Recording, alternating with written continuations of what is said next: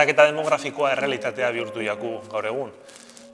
Gaixotasun kronikoak, sedentarismoa, gero eta handiagoak dira.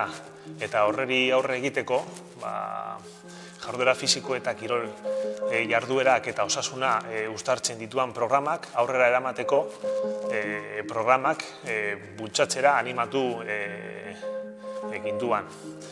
Programa horrek, azkenean, gizarte beharrizanei aurre egiteko sortu beharra ikusten gendualako ziran. Eta hortik jaiotzen da gure ekintza proiektuak. Alde batetik osasun eta gizarte zerbitzuak eta beste alde batetik jarduera fisiko eta kirol zerbitzuak batzen dituan programak garatzeko.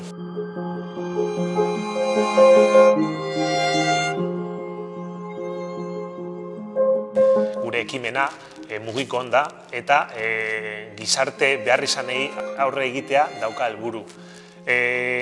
Gure barrikuntza sistema, barrikuntza soziala sisteman barruan sartuko litzateke. Barrikuntza soziala, azken finean, ikusten ez dan barrikuntza mota bat izaten da, eta ikustaraztea importantea eta garrantzitsua ikusten dugu.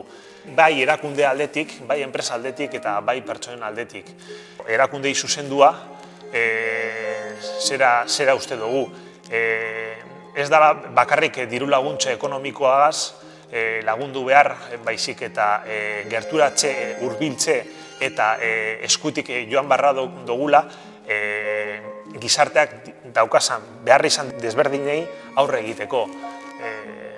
Gu horretarako jaioak gara eta gure programak martxan eta era honean garatzen ari dira.